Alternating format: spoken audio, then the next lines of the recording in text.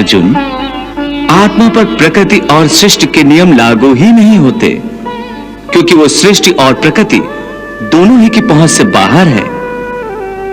इस समय मेरी बुद्धि अज्ञान के अंधकार में डूबी जा रही है।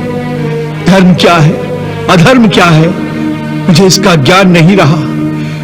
मैं कर्म के एक ऐसे दोराहे पर खड़ा हूं जहां से ये पता नहीं चल रहा कि धर्म का मार्ग कौन सा है और अधर्म का मार्ग कौन सा। मुझे अज्ञान के इस अंधकार से निकलने का रास्ता दिखाओ केशव, रास्ता दिखाओ। हे पार्थ, मैं तुम्हें इसी अज्ञान के अंधकार से निकालना चाहता हूं। इस अंधेरे में अंधों की भांति हाथ पैर मारने के बदले अपनी दूर दृष्टि को एक दिशा दो और देखो इस सृष्टि की ओर। इस सृष्टि में जो जन्म लेता है वो निश्चित रूप से मृत्यु के अधीन हो जाता है। इसका अर्थ यह है कि इस मृत्युलोक का हर प्राणी, चाहे वो मनुष्य हो, पशु हो, पक्षी हो या फिर पेड़ पौधा हो, हर सांस लेने वाला प्राणी अपने जन्म के साथ अपनी मृत्यु को भी लेकर आता है। हर प्राणी को एक न एक दिन निश्चित क्षण पर मरना अर्थात अपना शरीर त्यागना ही पड़ता है। इसलिए तुम उनके मरने की चिंता छोड़कर अपना कर्तव्य समझकर युद्ध करो। यह ठीक है कृष्णा, क्योंकि प्रारब्ध में मरना लिखा है। यदि पितामह की मृत्यु का समय आ गया है तो वो अवश्य मर जाएंगे, परंतु मैं अपने हाथों से उन्हें क्यों मारूं? तो स्वयं अपने हाथों से अपने भीष्म पितामह को नहीं मारना चाहते हो? यही सत्य है माधव। मैं अपने भीष्म पितामह को अपने हाथों से नहीं मार सकता। तो ठीक है, मत मारो, परंतु पहले मुझे यह तो बताओ कि कौन है तुम्हारे भीष्म पितामह? कहां है तुम्हारे भीष्म पितामह? ये क्या पूछ रहे हो? तुम्हें दिखाई नहीं देते क्या? वो सामने ही तो है खड़े भीष्म पितामह। वो जो रथ के ऊपर खड़ा है? हाँ, वही तो। पर वो जो रथ के ऊपर खड़ा दिखाई दे रहा है पार्थ, वो तो केवल भीष्म पितामह का शरीर है। मैं पूछता हूं असली भीष्म पितामह कौन है, कहां है? हे कृष्णा, तुम्हारी बात मेरी समझ में नहीं आ रही है। वो जो दिख रहा है वो भीष्म पितामह नहीं है, केवल शरीर है। इसका अर्थ है कि भीष्म पितामह कोई और है। अवश्य, यही तुम्हें समझा रहा हूं मैं। देखो ध्यान से,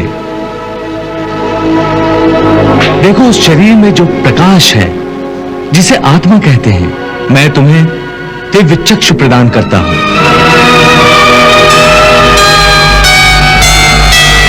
इन दिव्य चक्षुओं से देखो उस आत्मा को।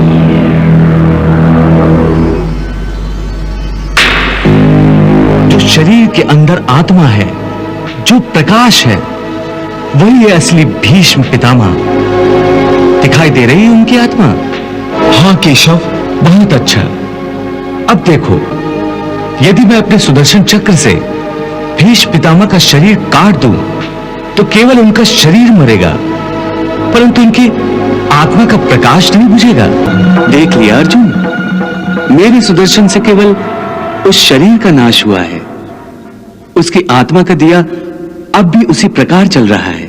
हे कौन्ते, इस परम सत्य को अच्छी तरह समझ लो कि विश्व में केवल शरीर नाशवान है, किंतु आत्मा अविनाशी है। शरीर के मरने पर आत्मा नहीं मरती। आत्मा न कभी जन्म लेती है और न कभी मरती है। वो अजन्मा, नित्य, सनातन और पुरातन है, जो शरीर को मारने पर भी नहीं मारी जाती।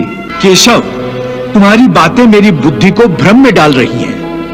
तुम दो बातें एक साथ कह रहे हो जो परस्पर विरोधी हैं। तुम कहते हो कि शरीर मर जाता है, परंतु शरीर का एक हिस्सा जिसे आत्मा कहते हैं वो नहीं मरता। नहीं अर्जुन, मैंने आत्मा को शरीर का एक हिस्सा नहीं कहा। मैंने कहा है कि आत्मा और शरीर दो अलग अलग चीजें हैं। जैसे तुम और तुम्हारा कवच दो अलग चीजें हैं। तुम्हारे कवच के दो टुकड़े हो जाएं तो उसका यह अर्थ नहीं होता कि अर्जुन के दो टुकड़े हो गए। जिस प्रकार तुम और तुम्हारा कवच दो अलग अलग वस्तुएं हैं, या तुम और तुम्हारा यह रथ दो अलग अलग वस्तुएं हैं, उसी प्रकार मनुष्य का शरीर और उसकी आत्मा दो अलग अलग वस्तुएं हैं। यूं समझ लो कि जिस रथ में अर्जुन बैठा है वो रथ अर्जुन नहीं है।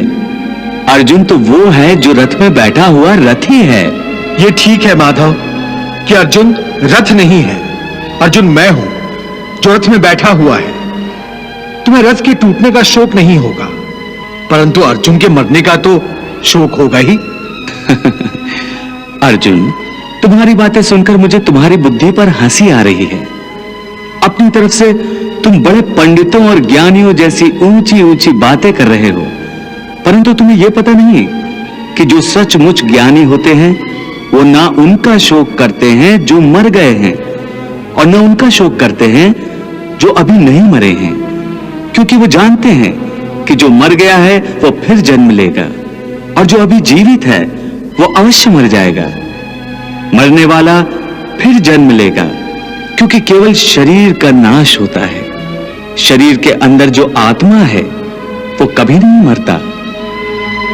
हे पार्थ, इस संसार में दो ही वस्तुएं हैं, एक शरीर और दूसरा उस शरीर में रहने वाला शरीरी। जो शरीर में रहने वाला आत्मा रूप शरीरी है वो कभी मरता नहीं, और जो शरीर है वो सदा रहता नहीं। आत्मा एक शरीर छोड़ता है और दूसरा शरीर धारण कर लेता है, बिल्कुल वैसे ही जैसे मनुष्य पुराने कपड़े उतार कर नए कपड़े धारण कर लेता है। हे पार्थ, केवल इतना समझ लो कि मृत्यु एक दरवाजा है जिसके अंदर जाते हुए आत्मा पुराने शरीर छोड़ देती है। वास्तव में मृत्यु और जन्म के दो दरवाजे हैं जो एक दूसरे के आमने सामने हैं। प्राणी जब मृत्यु के दरवाजे पर पहुंचता है तो उस शरीर की मृत्यु हो जाती है। फिर आत्मा का प्रकाश उस शरीर को छोड़कर आगे चला जाता है, और फिर वो प्रकाश नए जन्म के दरवाजे में प्रवेश करता है, जहां जीवात्मा को फिर से एक नया शरीर प्राप्त हो जाता है, और वहां से उसके नए जन्म की नई यात्रा शुरू हो जाती है। हे पार्थ, आत्मा नित्य है, इसलिए वो नहीं बदलती, परंतु शरीर नाशवान है, इसलिए एक ही आत्मा के कई शरीर बदलते हैं। इसलिए हर नए जन्म में वो नए नए शरीर धारण करता रहता है। हर नए जन्म में आत्मा नए नए शरीर तो बदलता ही है, बल्कि हर एक जन्म में भी उसे जो शरीर मिलता है वो एक शरीर भी उसी जन्म में बदलता रहता है। ये बात मेरी समझ में नहीं आई केशव, क्योंकि एक जन्म में तो प्राणी को एक ही शरीर मिलता है। नहीं, एक नहीं, अनेक शरीर मिलते हैं एक ही जन्म में। मैं अब भी नहीं समझा प्रभु। मैं समझाता हूं। याद करो अपना बचपन। उस समय अर्जुन का शरीर कैसा था? एक बालक का। और आज वो शरीर कहां है? वो शरीर तो बदल गया इस शरीर में। अर्थात वो शरीर नहीं रहा। आज तुम्हें एक युवक का शरीर मिला है। इसी प्रकार प्राणी को जन्म के समय जो शिशु का शरीर मिलता है, वही शिशु का शरीर काल के प्रभाव से एक बालक का शरीर हो जाता है। फिर वो किशोर अवस्था में आता है, फिर एक जवान पुरुष का शरीर बनता है, फिर अधेड़ उम्र का, फिर बूढ़े का रूप लेकर अंत में एक सूखे पत्ते की तरह जीवन के वृक्ष से टूटकर गिर जाता है। इस प्रकार जो शरीर पल पल छिन छिन अपने विनाश की ओर बढ़ रहा है, उस शरीर की मृत्यु का शोक ज्ञानीजन नहीं करते। फूल की भांति हमारे शरीर अपने प्रकृति के कारण जन्मते हैं, बच्चे बनते हैं, जवान होते हैं, फिर वही जवानी मुरझाने लगती है जिसे बुढ़ापा कहते हैं। और उस वृद्ध शरीर को जब आत्मा छोड़ देती है तो उस शरीर की मृत्यु हो जाती है। परंतु वो आत्मा कहां चली जाती है? शरीर के बिना आत्मा कहां और कैसे वास करती है? पुराना शरीर छोड़ने के बाद आत्मा नए शरीर में वास करती है। किसी शिशु के शरीर में चेतना रूप होकर आ जाती है, फिर वही चक्र शुरू हो जाता है, फिर वही जन्मना, रेंगना, उठकर चलना, फिर लड़खड़ाना और गिर जाना। ये सब शरीर के कौतुक हैं। इतनी बात समझ लोगे तो ना तुम्हें किसी के मरने का शोक होगा और ना तुम्हें मृत्यु का भय होगा। हे अर्जुन, हम और तुम ये शरीर नहीं हैं, हम तो इन शरीर के अंदर रहने वाली आत्माएं हैं। ये शरीर तो केवल हमारे रथ हैं, हम उसके स्वामी हैं। रथ के टूटने से स्वामी नहीं टूट जाता, उसी प्रकार शरीर के सुख और दुख आत्मा को सुखी या दुखी नहीं करते। यदि हम आत्मा हैं, तो फिर ये सुख दुख का आभास हमारी आत्मा को क्यों होता है? ये सुख दुख का आभास आत्मा को नहीं होता, केवल शरीर को होता है। तो फिर आत्मा को क्या होता है? आत्मा को कुछ नहीं होता, क्योंकि ये होना न होना, सुख दुख, सर्दी गर्मी, ये सब प्रकृति के नियम हैं। आत्मा तो अविनाशी परमात्मा का अंश है, इसलिए आत्मा प्रकृति की सीमा से बाहर है। आत्मा अचिंत्य है, मानवीय चेतना के चिंतन के घेरे में नहीं आती। अर्जुन, आत्मा पर प्रकृति और सृष्टि के नियम लागू ही नहीं होते, क्योंकि वो सृष्टि और प्रकृति दोनों ही की पहुंच से बाहर है।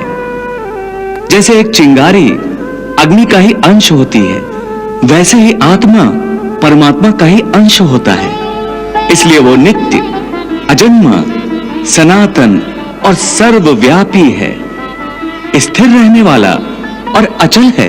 हे पार्थ, आत्मा को न कोई शस्त्र काट सकता है, न उसे अग्नि जला सकती है, इसको जल नहीं गला सकता, न इसे वायु ही सुखा सकती है। हे अर्जुन, ये सब समझकर तुम्हें ना किसी के मरने का शोक मनाना चाहिए और ना किसी के ना मरने की खुशी का प्रदर्शन करना चाहिए। हे केशव, ये सब मानकर भी कि आत्मा नित्य, सनातन और अजन्मा है, उसे शस्त्र नहीं काट सकते, आग नहीं जला सकती, फिर भी प्राणी की आत्मा को दुख सुख, शोक खुशी, मान अपमान, पीड़ा और आनंद का एहसास क्यों होता है?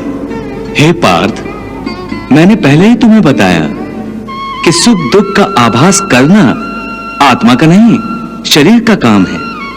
परंतु केशव, शरीर को दुख या पीड़ा तभी होगी जब शरीर को कोई चोट लग जाए या उसका कोई अंग कट जाए। जैसे शरीर आग में जल जाए, उससे जो पीड़ा होती है वो तो शरीर की पीड़ा है। परंतु मान हानि होने से जो दुख होता है या मान होने से जो आनंद आता है, उसमें तो शरीर को कोई चोट नहीं पहुंचती। वो मान हानि का दुख, वो अपकीर्ति की पीड़ा तो आत्मा को ही होती है ना?